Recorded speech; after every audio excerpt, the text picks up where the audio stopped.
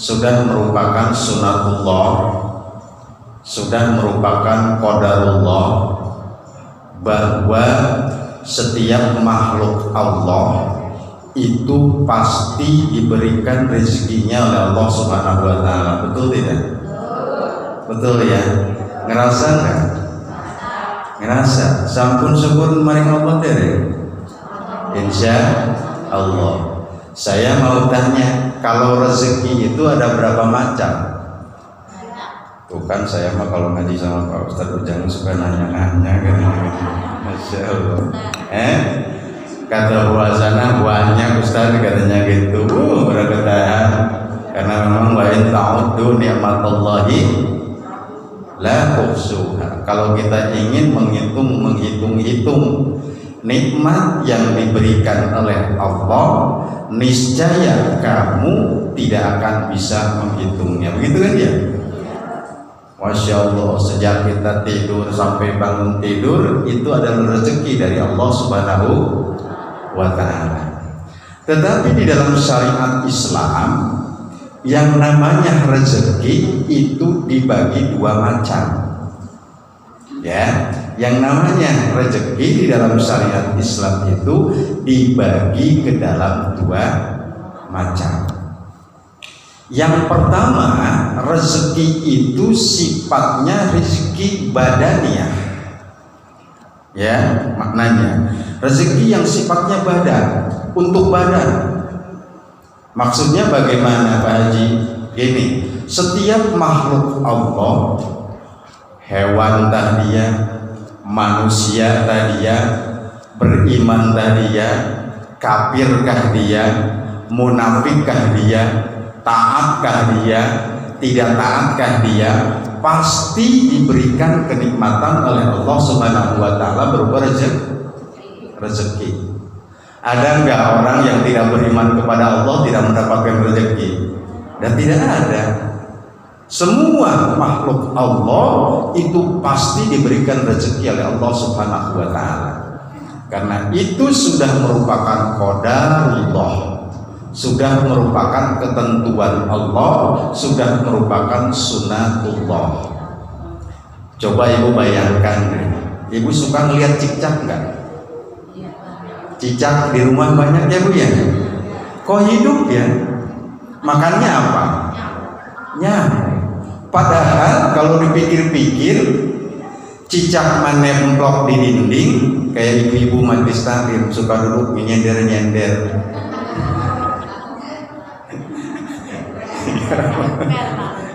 Nempel pokoknya di dinding cicak itu ya. Seperti lihat-lihat kalau di rumah muhasabah gitu loh, melihat kekuasaan Allah. Nyamuk melayang-layang, tapi cicak di dinding. Belum pernah ada cicak di dinding. Diam-diam merayap datang. Bisaan itu cicaknya.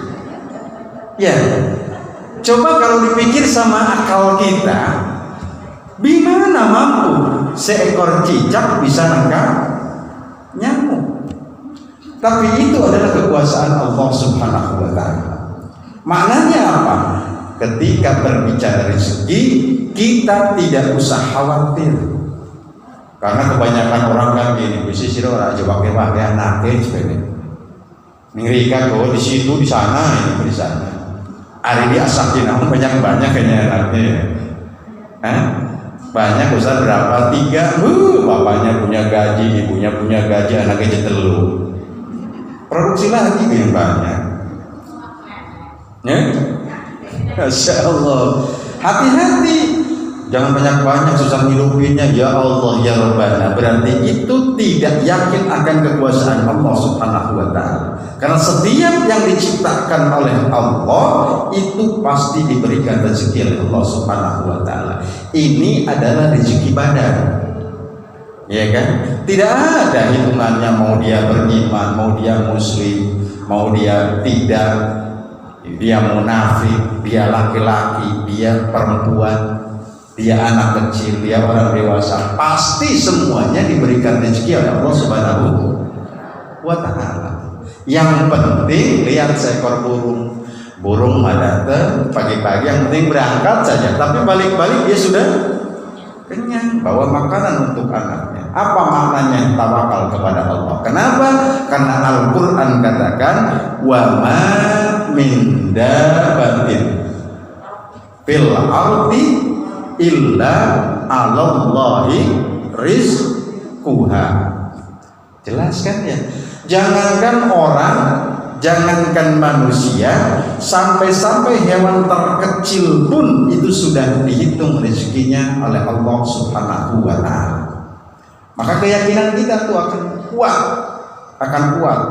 Yang penting tentu kitanya mau berusaha. Ustaz, apa iya kalau saya diem mulu di rumah misalkan dapat rezeki, sampai coba. Nah, insya Allah kalau untuk sekedar makan itu pasti akan ada.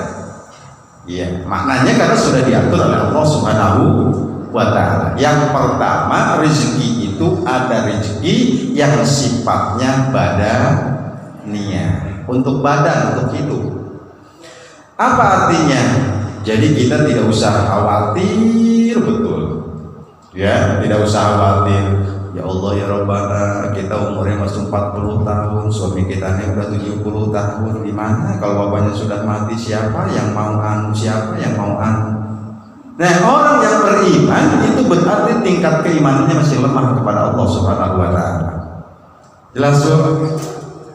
Jelas ya? Masya Allah. Apa karena panas terus cerah cuacanya, ya yang hajinya kok banyak kan ya? Masya Allah. Alhamdulillah ya Bu ya. Ya itulah yang namanya pengajian. Insya Allah ibu-ibu duduk di sini, insya Allah sudah dicatat oleh Allah Subhanahu wa ta'ala. Mudah-mudahan kita dikumpulkan kelak, tadi disampaikan oleh pembawa acara. Insya Allah mudah-mudahan kita mendapatkan Jannatun Na'im, surganya, kenikmatan dari Allah. Tapi nanti kita bahas masuk ke surga juga. Karena nikmat itu tadi ada nikmat yang pertama, nikmat jasadiyah, untuk badan, untuk hidup itu jangan khawatir, pasti ditanggung oleh Allah Subhanahu wa ta'ala. Yang penting kita mau berusaha. Yang kedua, menurut para ulama, nikmat itu atau nikmat rezeki itu ada yang bersifatnya nikmat untuk hati. Nah ini nih ya, rezeki itu adalah rezekinya hati. Maksudnya bagaimana Ustaz? Ada orang sugih, harta banyak, harta anaknya bagus-bagus, tidak beriman kepada Allah. Itu percuma. Banyak di dunianya, duitnya banyak, hartanya banyak, istrinya banyak. Iya yang banyak misalkan ya. Tetapi dia tidak beriman kepada Allah, maka hakikatnya rezekinya itu hanya untuk dunia. Nah, rezeki yang paling utama adalah rezeki yang diberikan oleh Allah berupa untuk hati kita yang dibawa oleh para nabi dan rasul dan para da'i ilallah untuk memeluk agama Islam, mentauhidkan Allah, beriman kepada Allah Subhanahu wa ta'ala. Ini adalah hakikatnya rezeki yang paling agung dan paling mulia di sisi Allah Subhanahu wa ta'ala. Maksudnya Ustaz, walaupun kita sedikit harta, walaupun kita susah hidup, kalau kita masih beriman kepada Allah, maka insya Allah akan memberikan rezeki yang mulia, yakni dimasukkannya kita oleh Allah ke dalam surganya Allah Subhanahu wa ta'ala. Ibu tidak terasa, kita baca kalau lagi sholat, asyhadu an la ilaha illallah wa asyhadu anna muhammadar rasulullah. Kalau kalimat itu kebawa meninggal, awal akhir kita pasti akan diangkat oleh Allah. Seberapa banyak pun dosa kita, tapi tentu ibu punya pakaian kotor di rumah, langsung dijemur nggak?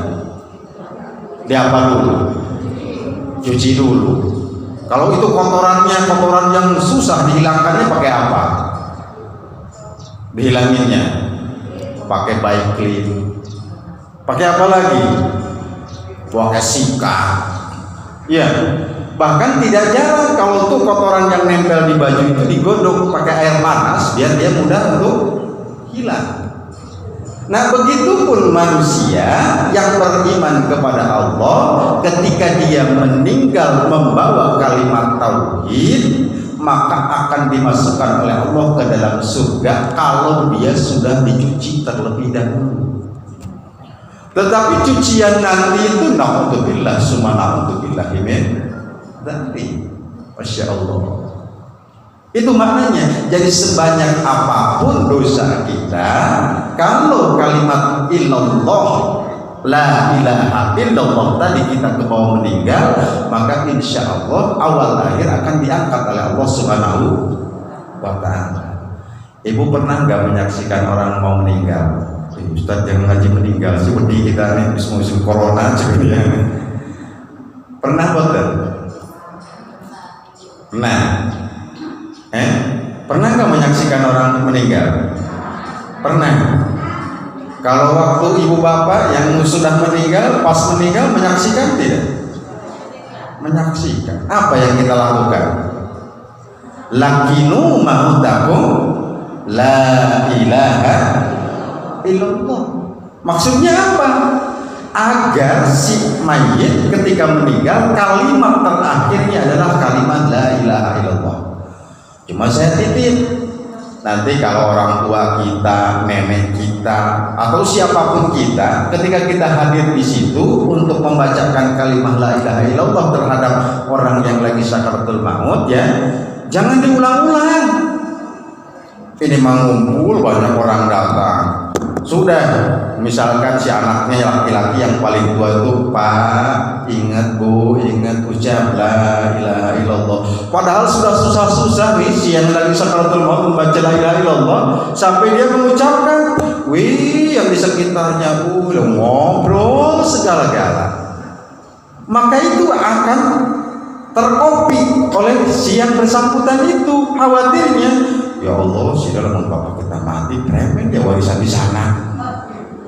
Jadi itu kedengaran ke sana. Maka ketika ibu membacakan kalimat la ilaha illallah kepada ahlul mayit, itu dibisikkan di kupingnya, yang bagusnya di kuping kanan, la ilaha illallah. Kalau dia sudah mampu dengan keterbatasannya mengucapkan la ilaha illallah, sudah tinggalkan dulu. Tinggalkan bukan tinggalkan pergi kemana-mana, bukan. Artinya ditunggu di situ, terus ditunggu gantian. Tetapi jangan terus la ilaha illallah, la ilaha, jangan. Ya, berat. Sakaratul maut itu berat maknanya begitu, ya. Siapa yang berhak Ustaz untuk mentalkinkan orang tua kita? Yang pertama adalah anak dan keturunannya. Yang paling dipercaya oleh bapaknya itu siapa? Ya, yang paling pokoknya dipercaya, dialah yang mengajarkan untuk mentalkinkannya itu la ilaha illallah. Kalau kita sudah merasa, waduh ini udah banyak orang nih, sudah banyak kalimat-kalimat diulang lagi oleh kita, sudah mampu lagi mengucapkan, sudah dulu, ya, maknanya seperti itu. Nah, orang yang meninggal dalam keadaan membawa tauhid, keimanan kepada Allah, bimakna mengucap la ilaha illallah itu, insya Allah akan diberi rezeki yang sangat besar, yang sangat agung, yakni surganya Allah Subhanahu wa ta'ala. Maka tidak salah tadi kalau membawa acara katakan, mudah-mudahan kita dikumpulkan oleh Allah di Jannatul Naim. Amin ya Allah ya Rabbal alamin. Masya Allah, ya, maknanya. Dan memang di hadapan Allah, ibu, rezeki yang terbesar itu adalah kita memiliki tauhid dan keimanan kepada Allah, sehingga akan diberikan pahala dengan surganya Allah Subhanahu wa ta'ala tadi. Silakan ibu lihat di dalam Quran surat Saba ayat yang keempat. Allah katakan dalam firman-Nya, liyajziyal ladzina amanu wa amilus solihati ulaika lahum maghfiratun wa rizqun karim.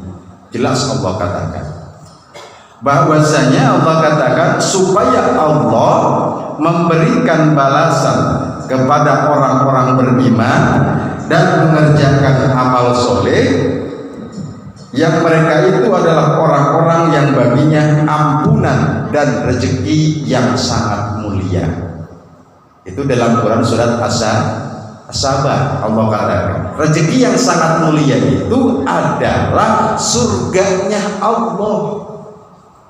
Masya Allah.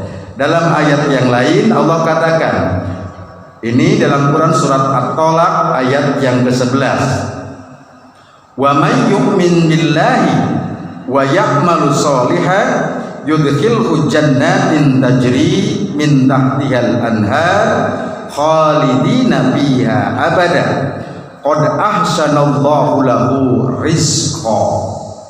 Jelas Allah katakan itu ya. Jadi rezeki yang paling tinggi, yang paling mulia dari Allah yang diberikan kepada kita itu adalah rezeki berupa kenikmatan iman dan Islam serta mengakui Allah sebagai ilah, sebagai Tuhan. Masya Allah. Ibu, saya tanya, ibu ada garis keturunan nggak dengan Rasulullah? Ada nggak? Jawab aja, jawab. Hah? Secara langsung ada nggak?